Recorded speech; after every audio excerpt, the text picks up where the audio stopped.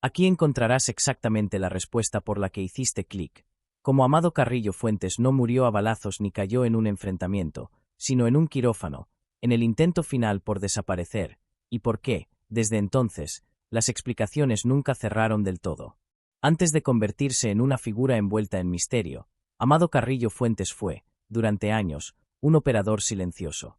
No construyó su poder desde la espectacularidad ni desde el desafío frontal al Estado.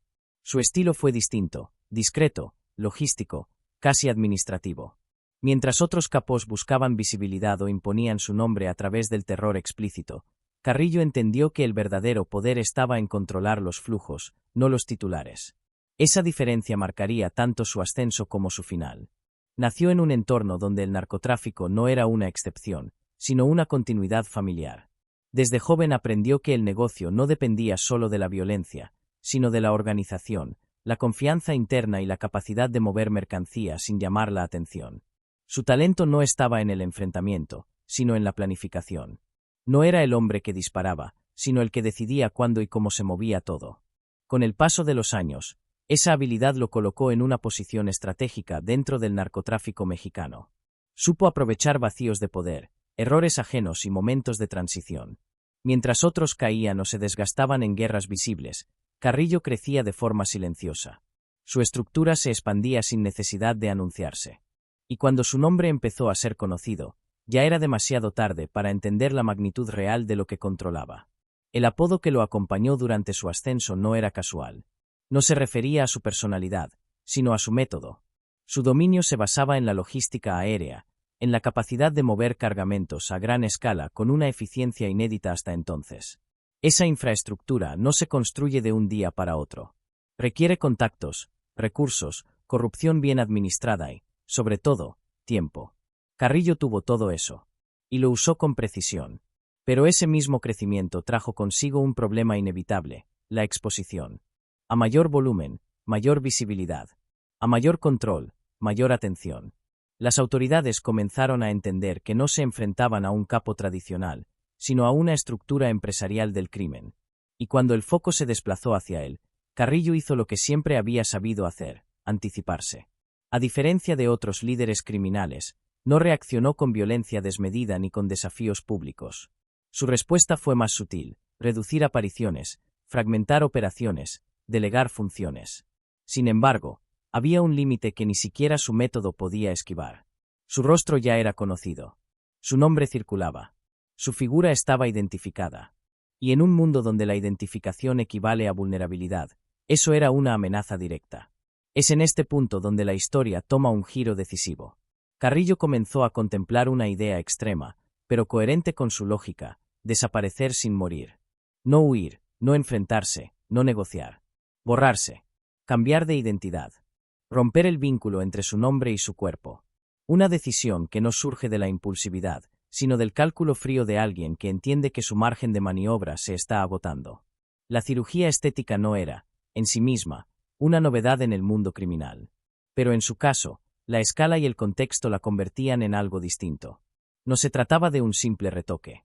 Se hablaba de una transformación profunda, de un procedimiento diseñado para alterar por completo su apariencia.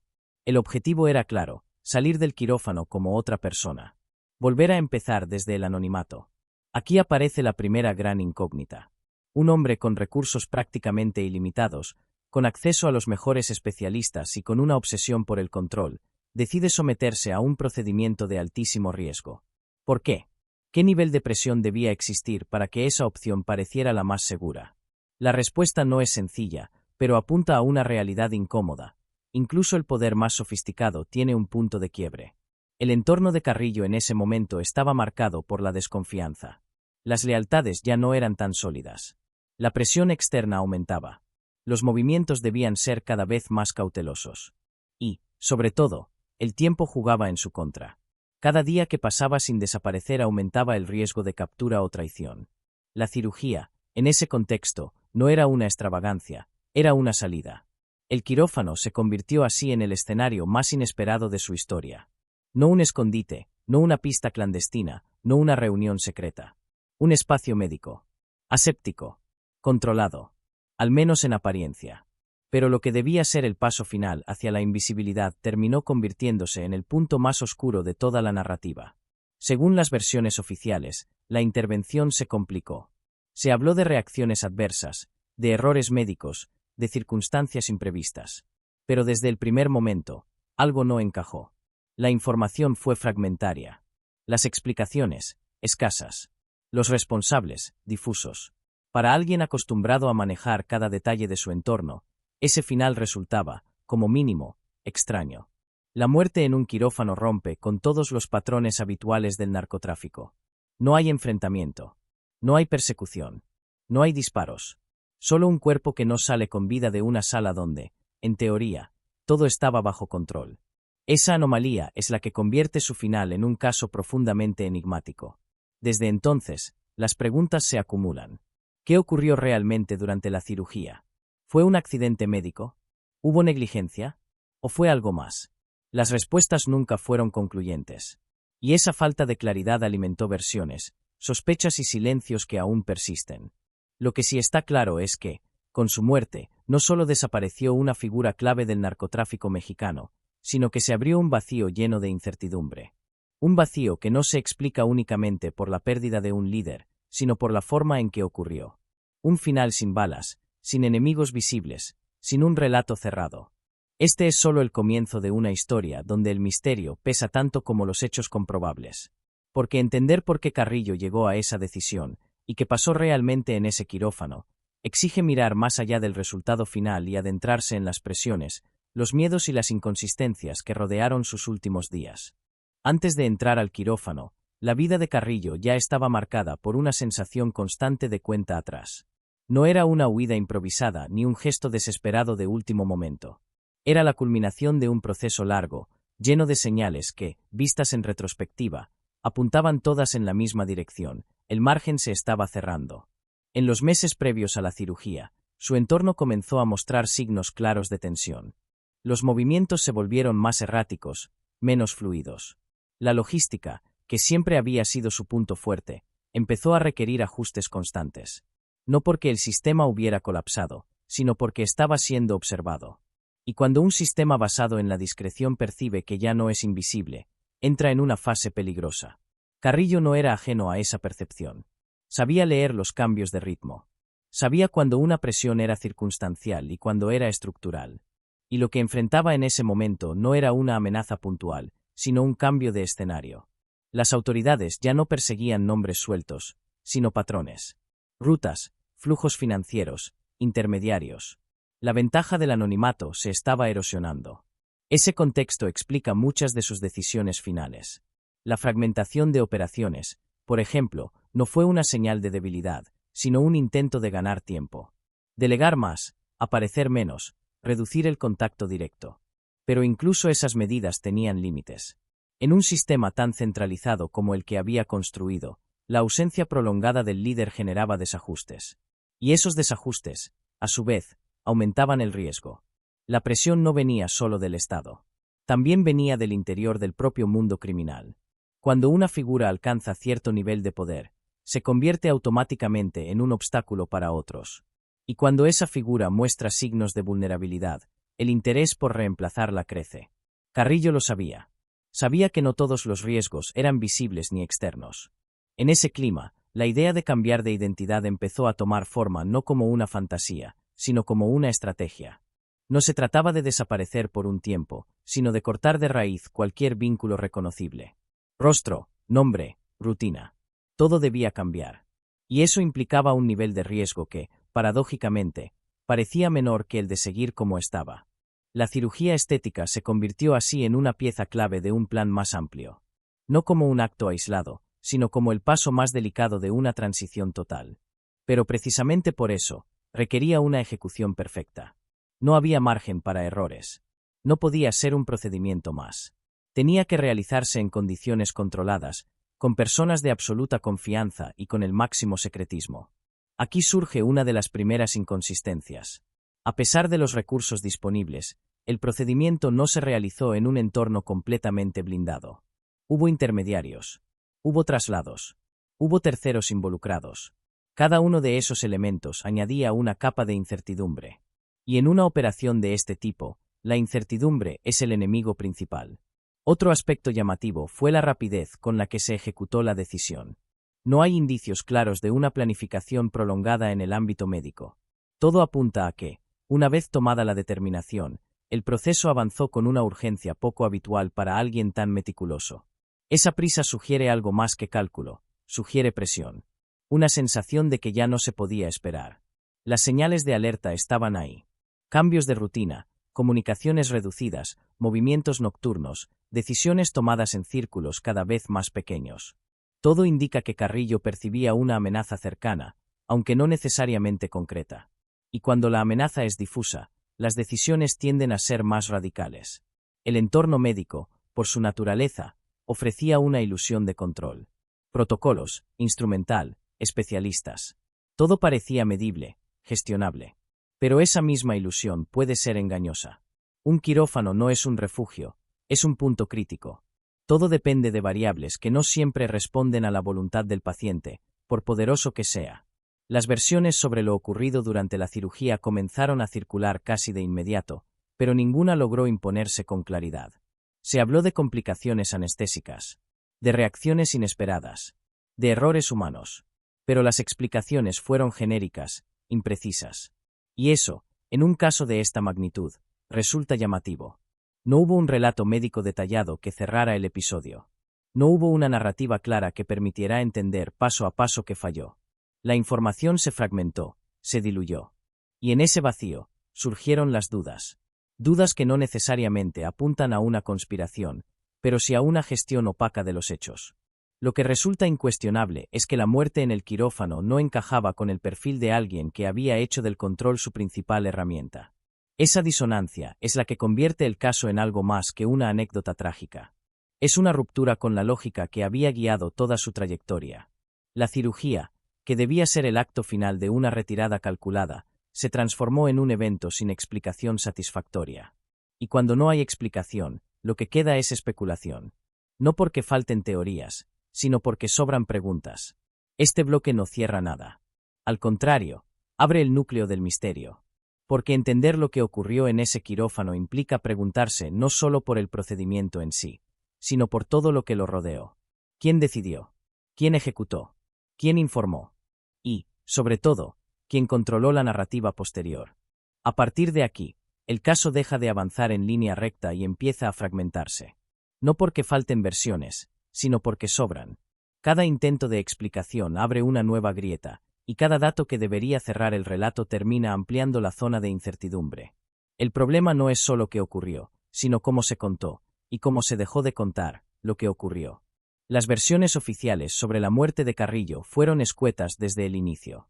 Se habló de una intervención quirúrgica que se complicó, de una reacción adversa durante la anestesia, de un desenlace médico desafortunado. Pero los comunicados carecían de algo fundamental: detalle. No hubo un informe técnico exhaustivo accesible al público. No hubo una reconstrucción clara del procedimiento. No hubo una explicación paso a paso que permitiera entender en qué momento exacto se perdió el control de la situación. Ese vacío es clave. En un caso ordinario, la falta de información podría atribuirse a protocolos de privacidad médica. Pero este no era un paciente ordinario. Era una figura central del narcotráfico mexicano, cuya muerte tenía implicaciones políticas, criminales y estratégicas enormes. El hermetismo no tranquilizó, al contrario, intensificó las sospechas. Uno de los primeros elementos que generó dudas fue la identidad y el papel de los médicos involucrados. Se habló de especialistas, de cirujanos con experiencia, pero los nombres circularon de forma confusa. Algunas versiones los presentaban como profesionales de alto nivel, otras los describían como figuras secundarias, difíciles de rastrear. Esa ambigüedad nunca se resolvió del todo. Y cuando los responsables de un procedimiento tan delicado no quedan claramente identificados, la narrativa se debilita. También llamó la atención la rapidez con la que el caso se dio por cerrado. No hubo una investigación prolongada ni un proceso público de aclaración. El relato oficial se estableció con rapidez y se mantuvo sin grandes variaciones. En lugar de responder preguntas, pareció diseñado para clausurarlas. Esa actitud, más que disipar dudas, las legitimó. Las inconsistencias no estaban necesariamente en lo que se decía, sino en lo que no se decía. No se explicó por qué se eligió ese lugar concreto para la cirugía. No se aclaró quién coordinó el procedimiento ni bajo qué condiciones de seguridad se realizó. No se detalló cómo se manejó la emergencia una vez que surgieron las complicaciones. Cada omisión era una invitación a la especulación. Otro punto crítico fue el manejo posterior del cuerpo. En circunstancias normales, un fallecimiento en quirófano activa una cadena de protocolos claros. Pero en este caso, esa cadena parece haber sido opaca. Los tiempos, los traslados, las certificaciones médicas, todo se movió con una discreción extrema. Y esa discreción, lejos de parecer prudente, parecía diseñada para minimizar la visibilidad. Con el paso de los días, comenzaron a circular versiones alternativas. Algunas apuntaban a negligencia médica. Otras sugerían un procedimiento mal planificado. Otras insinuaban escenarios más complejos, donde la cirugía no habría sido simplemente un intento de cambiar de rostro, sino una operación rodeada de intereses cruzados y tensiones internas. Ninguna de estas versiones pudo confirmarse plenamente. Pero ninguna pudo descartarse con claridad tampoco. Aquí es importante mantener una distinción fundamental. La ausencia de pruebas concluyentes no implica automáticamente una conspiración, pero sí implica una gestión deficiente de la verdad. Y cuando se trata de figuras de este calibre, esa gestión deficiente tiene consecuencias narrativas inevitables. El silencio no neutraliza el misterio, lo consolida. Otro elemento que alimentó la incertidumbre fue el contexto inmediato. La muerte ocurrió en un momento de reacomodo dentro del narcotráfico mexicano. Las estructuras estaban en transición. Los equilibrios de poder eran frágiles. La desaparición repentina de una figura como Carrillo beneficiaba a muchos actores. Y cuando un hecho tiene tantos beneficiarios potenciales, la pregunta por el cómo se vuelve inseparable de la a quien le convenía. Sin embargo, reducir el caso a una lucha de intereses sería simplificarlo en exceso. Lo inquietante es precisamente que no hay una explicación que encaje perfectamente. Cada hipótesis deja cabos sueltos. La negligencia médica no explica el hermetismo posterior. Un error aislado no justifica la rapidez del cierre. Una conspiración amplia requeriría un nivel de coordinación del que no hay pruebas claras. Todo parece incompleto. La cirugía, en ese sentido, funciona como símbolo. Representa el punto donde el control absoluto se enfrenta a lo imprevisible. Un espacio donde el dinero, el poder y la planificación chocan con variables biológicas, humanas y técnicas que no siempre se pueden dominar. Y esa colisión produce un resultado que nadie puede administrar del todo. Las autoridades, por su parte, parecieron conformarse con una explicación mínima. No hubo un esfuerzo visible por despejar todas las dudas. Quizá porque hacerlo implicaba abrir frentes incómodos.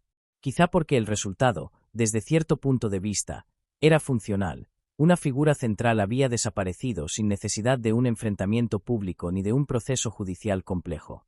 Pero esa funcionalidad política no equivale a claridad histórica. Y es ahí donde el caso queda suspendido. No como un enigma espectacular, sino como una zona gris. Un episodio donde la verdad no se oculta del todo, pero tampoco se expone completamente. Con el paso del tiempo, esa zona gris se volvió parte del legado de Carrillo. No solo por cómo murió, sino por lo que su muerte reveló sobre los límites del control, incluso para alguien que había construido su poder desde la precisión y el cálculo. El final no fue violento en el sentido tradicional, pero sí profundamente desestabilizador en términos narrativos. Este bloque no pretende ofrecer una respuesta definitiva, porque no existe. Pretende mostrar por qué no existe. Por qué, a pesar de los años transcurridos, el caso sigue siendo citado como uno de los más enigmáticos del narcotráfico. No por falta de relatos, sino por exceso de silencios. Y es precisamente ese silencio el que obliga a seguir avanzando. Porque después de las inconsistencias oficiales y las dudas médicas, queda una pregunta aún más incómoda. ¿Qué ocurrió después? ¿Cómo se reconfiguró el poder? ¿Quién ocupó el vacío?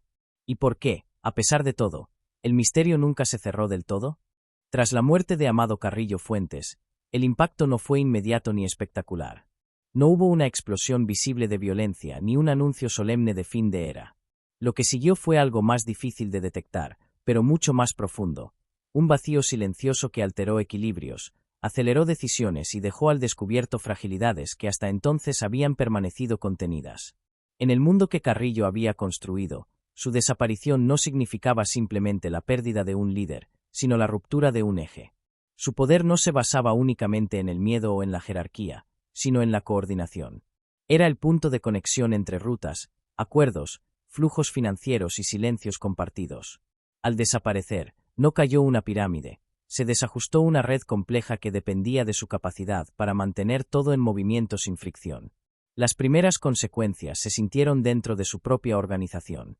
La estructura, diseñada para operar con eficiencia bajo una dirección clara, tuvo que enfrentarse de pronto a una ausencia imposible de disimular. No había un sucesor natural con el mismo nivel de legitimidad interna. No porque faltaran figuras con ambición o recursos, sino porque el modelo de liderazgo de Carrillo no se prestaba fácilmente a la sustitución. Su autoridad no era solo formal, era funcional. Él resolvía, conectaba y decidía.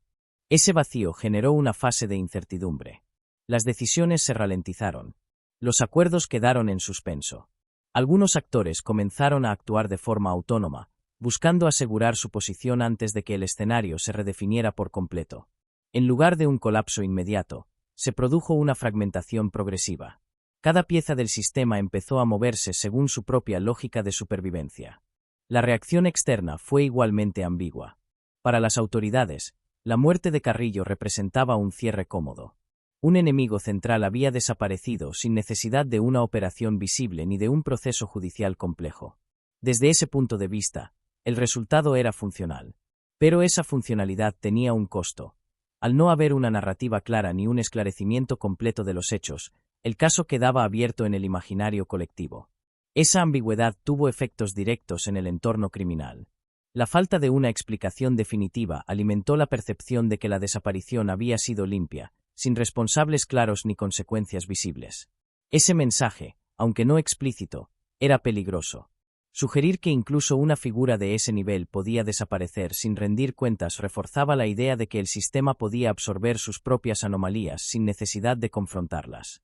En los meses posteriores, el reacomodo del poder fue gradual. No hubo una toma violenta inmediata del control, sino una serie de movimientos discretos. Alianzas temporales, repartos tácitos, ajustes silenciosos. El negocio continuó, pero con una lógica distinta. Menos centralizada. Más fragmentada. Más difícil de rastrear. La desaparición de Carrillo no eliminó la estructura, la obligó a mutar. Este punto es fundamental para entender por qué su muerte no cerró un ciclo, sino que abrió otro. El modelo que había perfeccionado, basado en logística eficiente, bajo perfil y control de flujos, no desapareció con él. Fue adoptado, adaptado y refinado por quienes ocuparon los espacios que dejó. En ese sentido, su legado operativo fue más duradero que su presencia física. A nivel interno, también se produjo una transformación en la cultura del poder. La idea de un líder visible, identificable y central comenzó a perder atractivo. La lección era clara, la visibilidad excesiva aumenta la vulnerabilidad. A partir de entonces, el énfasis se desplazó hacia estructuras más difusas, menos dependientes de un solo rostro. La desaparición sin balas se convirtió, paradójicamente, en un modelo a evitar y a imitar al mismo tiempo. El impacto social fue más complejo. Para el público general, la noticia de una muerte en quirófano resultaba desconcertante. Rompía con el imaginario habitual del narcotráfico, dominado por enfrentamientos, persecuciones y violencia explícita. Ese contraste generó una sensación de irrealidad, como si el final no encajara con la historia previa. Y cuando un relato no encaja, se vuelve inquietante. Esa inquietud se tradujo en preguntas persistentes. No solo sobre la cirugía, sino sobre todo lo que la rodeó. ¿Cómo fue posible que alguien con ese nivel de poder muriera en circunstancias tan poco claras? ¿Por qué no hubo una investigación exhaustiva y transparente? ¿Qué intereses se beneficiaron del silencio? Ninguna de estas preguntas tuvo una respuesta definitiva, y esa falta de cierre se convirtió en parte del impacto. Con el tiempo, la figura de Carrillo comenzó a ser recordada menos por lo que hizo y más por cómo murió. Esa inversión del foco es reveladora. Su trayectoria, marcada por eficiencia y discreción, quedó eclipsada por un final que parecía negar todo lo anterior. Un hombre obsesionado con el control terminó enfrentándose a una situación donde el control desapareció por completo. En el ámbito político y mediático, el caso fue tratado con cautela. No se promovió una revisión profunda ni se alentó un debate público sostenido. El silencio institucional contribuyó a que el episodio quedara suspendido, ni cerrado ni abierto. Esa indefinición permitió que el caso se diluyera en el tiempo sin resolverse del todo. Pero el efecto más duradero fue simbólico. La muerte de Carrillo demostró que el poder no siempre cae de forma ruidosa, que a veces se desvanece en espacios inesperados, sin confrontación directa.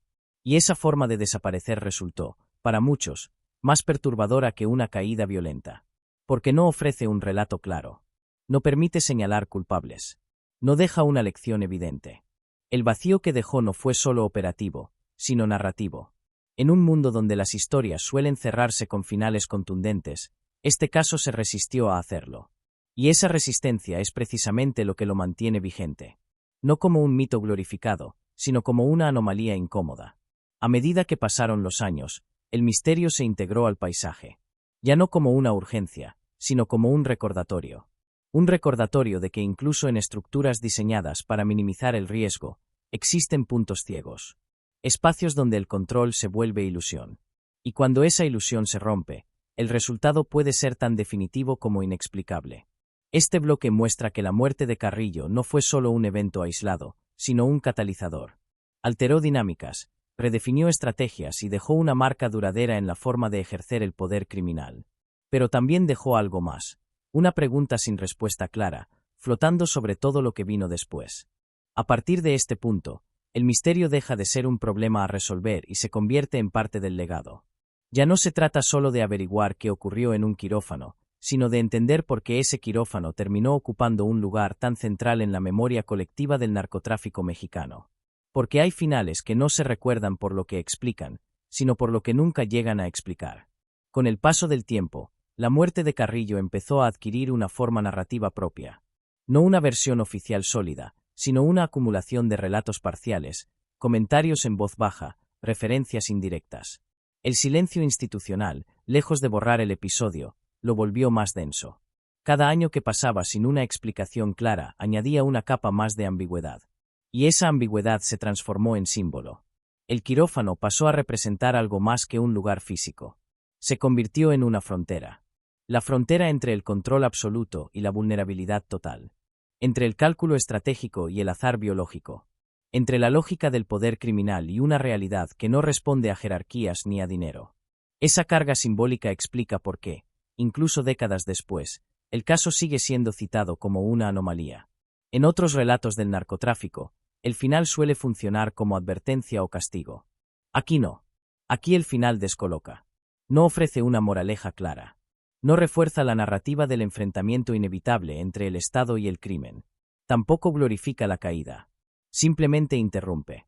Y esa interrupción resulta incómoda para cualquier intento de cerrar la historia de forma ordenada. La narrativa posterior intentó, en algunos momentos, normalizar lo ocurrido. Presentarlo como un accidente médico desafortunado. Como un riesgo asumido que salió mal. Pero esa explicación nunca terminó de asentarse. No porque fuera imposible, sino porque no venía acompañada de transparencia. En ausencia de datos claros, incluso la explicación más razonable pierde fuerza. Al mismo tiempo, surgieron relatos alternativos que intentaban llenar el vacío. Algunos exagerados, otros más sobrios. Pero todos compartían un mismo origen, la falta de cierre. Cuando una historia no se cierra desde las instituciones, se reabre desde la imaginación colectiva. No necesariamente para inventar, sino para intentar comprender lo incomprensible. Es importante subrayar que este proceso no convierte automáticamente el caso en una conspiración. Lo que lo convierte en enigma es la combinación de factores, una figura poderosa, un final atípico, un silencio posterior y un contexto donde demasiados intereses preferían no profundizar. Esa combinación es suficiente para que el misterio se sostenga sin necesidad de pruebas espectaculares. Con el tiempo, el foco se desplazó. Ya no importaba tanto reconstruir minuto a minuto la cirugía, sino entender qué decía ese final sobre el sistema en el que Carrillo había operado. Y lo que decía no era tranquilizador. Decía que incluso los actores más meticulosos pueden quedar atrapados en puntos ciegos. Que hay espacios donde el poder no compra garantías. Y que esos espacios suelen ser los menos esperados. El quirófano, en este sentido, funciona como una metáfora brutal. Un lugar asociado al cuidado, a la precisión, al conocimiento técnico, convertido en escenario de una muerte inexplicable. La inversión simbólica es total. Y por eso permanece. Porque contradice todo lo que se supone que debía proteger a alguien como Carrillo. En el mundo criminal, la lección fue ambigua. Por un lado, reforzó la idea de que desaparecer físicamente es preferible a enfrentar un final violento. Por otro, dejó claro que incluso esa estrategia tiene límites. Cambiar de rostro, de nombre o de entorno no elimina el riesgo, solo lo traslada. Y a veces lo concentra en un punto crítico. Esa ambigüedad influyó en las generaciones posteriores. La discreción extrema se volvió una norma aún más rígida. La centralización del poder perdió atractivo. El anonimato pasó a ser un objetivo estratégico, no solo una condición operativa. Pero al mismo tiempo, la historia de Carrillo quedó como advertencia silenciosa. Incluso el anonimato buscado puede fallar. A nivel social, el caso quedó suspendido entre la curiosidad y el cansancio. Para muchos, era un episodio más dentro de una historia larga y dolorosa. Para otros, un recordatorio de que no todas las muertes encajan en el relato esperado. Esa falta de encaje es lo que mantiene vivo el interés, incluso cuando no hay novedades. Los medios, con el paso del tiempo, trataron el tema de forma cada vez más tangencial. Menciones breves. Referencias indirectas. El quirófano aparecía como una nota al pie, pero una nota al pie imposible de ignorar. Porque resumía, en una sola imagen, toda la extrañeza del caso. En términos históricos, la muerte de Carrillo marcó un punto de inflexión silencioso. No porque cambiara el curso del narcotráfico de forma inmediata, sino porque alteró la forma en que se percibían los finales. Ya no todos los finales serían ruidosos. Ya no todos tendrían responsables visibles. Algunos serían opacos, administrativos, casi clínicos. Y eso complicaba cualquier intento de narrarlos de manera tradicional. El misterio, entonces, dejó de ser una pregunta concreta y pasó a ser un estado. Un estado de cosas donde la información incompleta se normaliza, donde el silencio se institucionaliza y donde la verdad queda fragmentada en versiones que no terminan de encajar. Ese estado es, en sí mismo, una forma de legado. Porque al final, lo que dejó Carrillo no fue solo una estructura criminal ni una red logística sofisticada. Dejó también una anomalía narrativa. Un caso que no se puede contar de forma limpia. Que obliga a aceptar que hay historias reales que no ofrecen resolución. Y que esa falta de resolución también dice algo importante sobre el poder y sus límites. Este bloque muestra cómo el misterio se asentó con el paso del tiempo. Cómo dejó de ser una urgencia investigativa para convertirse en una referencia constante. Y cómo, lejos de disiparse, se volvió parte inseparable de la figura de Carrillo. No por lo que se sabe, sino por lo que nunca se supo. Pero aún queda un último paso. Porque toda historia, incluso las que no se resuelven, exige una reflexión final. No sobre los hechos concretos, sino sobre lo que revelan. Sobre qué tipo de sistema permite finales así. Y sobre qué advertencia silenciosa queda flotando después.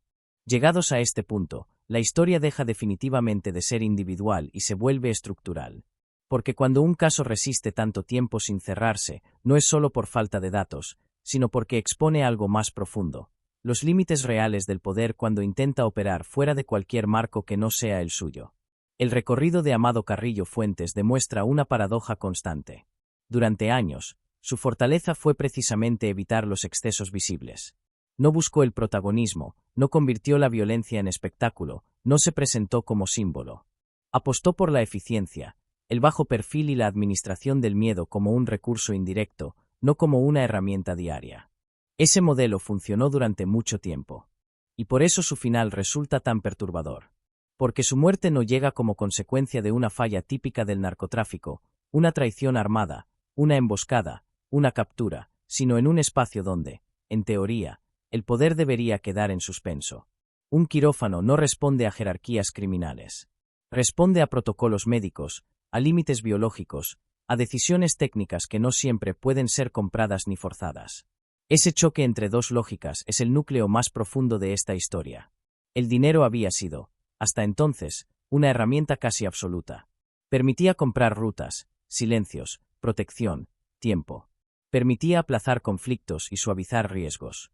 Pero el quirófano introduce una variable distinta, la imposibilidad de garantizar resultados.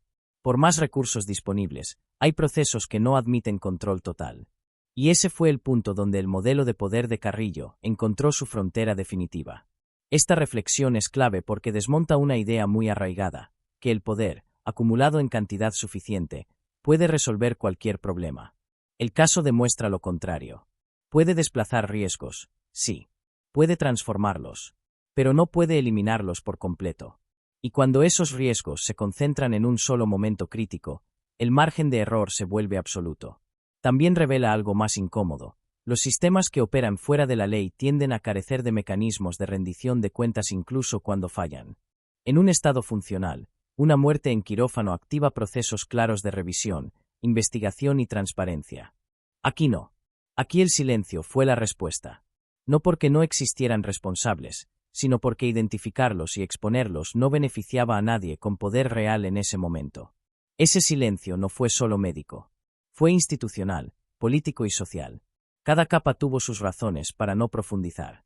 Y cuando todas coinciden en la opacidad, el resultado es un vacío que nadie llena. Ese vacío no es neutral, se convierte en mensaje. Un mensaje que dice que hay muertes que no se explican porque explicarlas resultaría incómodo. El caso también obliga a repensar la idea de control absoluto. Carrillo había construido su poder precisamente para evitar finales abruptos. Su apuesta por la logística, la discreción y la anticipación estaba diseñada para minimizar escenarios imprevisibles. Y, sin embargo, terminó enfrentando uno que no podía gestionar. Eso no lo convierte en una excepción, sino en una confirmación. Los sistemas más rígidos suelen romperse cuando enfrentan variables que no contemplan. Desde una perspectiva más amplia, su muerte marca un límite simbólico del narcotráfico moderno. No porque sea el único caso atípico, sino porque concentra varias tensiones en un solo punto. Poder extremo, decisión desesperada, entorno controlado, resultado incontrolable y silencio posterior. Esa combinación revela que incluso los modelos criminales más sofisticados operan siempre al borde de lo imprevisible. También deja una advertencia sobre la dependencia excesiva de una sola salida. La cirugía estética se convirtió en la solución total. El último movimiento. El todo o nada. Y cuando un sistema deposita todo su futuro en una única acción crítica, se vuelve extremadamente frágil. No hay plan B. No hay margen de corrección. Todo depende de que ese punto funcione. Y cuando no lo hace, no queda nada a lo que aferrarse. El miedo, otro pilar de su poder, también muestra aquí su límite. El miedo puede imponer silencio, pero no produce verdad. Puede cerrar bocas, pero no cerrar historias. Y cuando el miedo sustituye a la explicación, el resultado es un relato incompleto que persiste en el tiempo. La ausencia de respuestas no elimina la pregunta, la vuelve permanente. En ese sentido, el caso de Carrillo no incomoda solo por lo que ocurrió, sino por lo que revela sobre cómo se gestionan ciertos finales. Hay muertes que conviene explicar y otras que conviene dejar en penumbra. No por justicia, sino por conveniencia. Y esa lógica no es exclusiva del mundo criminal, atraviesa también a las instituciones que interactúan con él. La reflexión final de este bloque no es moral, sino estructural. No se trata de juzgar a la persona, sino de entender el sistema. Un sistema donde el poder informal puede ser enorme, pero siempre incompleto. Donde el dinero puede comprar casi todo, pero no garantizar resultados absolutos. Donde el control puede ser meticuloso, pero nunca total. Y quizá por eso este caso sigue resonando. Porque desmonta la ilusión de omnipotencia. Porque muestra que incluso quienes parecen haber previsto todas las variables terminan enfrentándose a un límite que no pueden negociar. Y porque ese límite no siempre se manifiesta de forma violenta o visible, sino en espacios silenciosos, técnicos y cerrados. Este bloque deja claro que la muerte de Carrillo no fue solo un episodio extraño, sino una grieta en la narrativa del poder criminal. Una grieta que muestra que el sistema puede fallar no por exceso de confrontación, sino por exceso de confianza en su propia capacidad de control. Solo queda un último paso, cerrar la historia no con una explicación que no existe, sino con una pregunta que resuma todo lo anterior. Una pregunta que no busque resolver el misterio, sino señalar lo que este caso sigue diciendo, incluso hoy. Aquí la historia se cierra, pero no se ordena. Porque hay finales que no ofrecen una verdad clara, solo un límite. Y este es uno de ellos. La muerte de Amado Carrillo Fuentes no dejó un relato definitivo porque nunca estuvo pensada para ser explicada. No fue una caída pública ni un desenlace ejemplarizante. Fue una interrupción. Un corte abrupto en una trayectoria construida precisamente para evitar ese tipo de finales. Y esa contradicción es lo que mantiene vivo el caso. Si se observa todo el recorrido con distancia, el quirófano aparece como el punto donde colapsan todas las lógicas que habían sostenido su poder. El dinero, la planificación, la discreción, la logística, el miedo. Nada de eso funcionó allí. No porque fueran inútiles en general, sino porque ese espacio no respondía a esas reglas.